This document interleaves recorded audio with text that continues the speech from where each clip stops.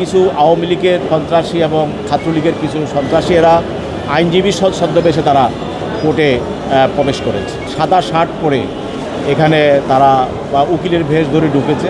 আপনারা জানেন যে ফ্যাসিস্ট হাসিনার আমলের একজন অন্যতম হাসিনার সহযোগী এবং ওবায়দুল কাদেরের ডান হাত হিসেবে পরিচিত এবং আওয়ামী লীগের সাংগঠনিক সম্পাদক ABM মোজাম্মেল হক MP, সাবেক অবৈধ MP, তাকে আজকে একটি হত্যা আদালত থানার একটি হত্যা মামলায় তদন্তকারী কর্মকর্তা আজকে তাকে গ্রেপ্তার করে আদালতে নিয়ে আসেন।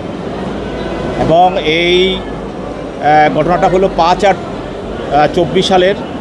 সেখানে একজন রুবেল বাদীর ছেলে তাকে গুলি করে হত্যা করা হয়। তিনি মামলা করেন। এই মামলায় আজকের এই মোজাম্মেল হক আসামি। জীবনের সব আয়োজন এখানে একসাথে। আজকে যেহেতু মামলার মূল নথি সেটা আরেকটি আসামির জন্য এটা উচ্চ আদালতে আছে, সেই জন্য আজকে এখানে তার অন্যান্য রিমান্ড সহ অন্যান্য বিষয়গুলোর শুনানি হয় নাই।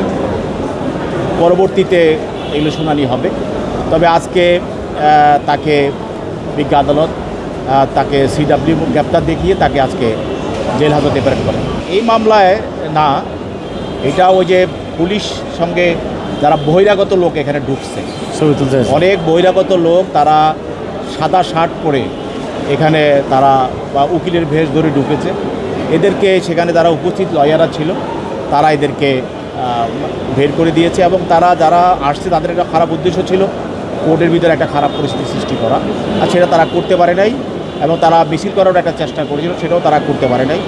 এই জন্য তারা কিছু আওয়ামী লীগের সন্ত্রাসী এবং ছাত্রলীগের কিছু সন্ত্রাসী এরা আইনজীবী ছদ্মবেশে তারা কোর্টে প্রবেশ করেছে।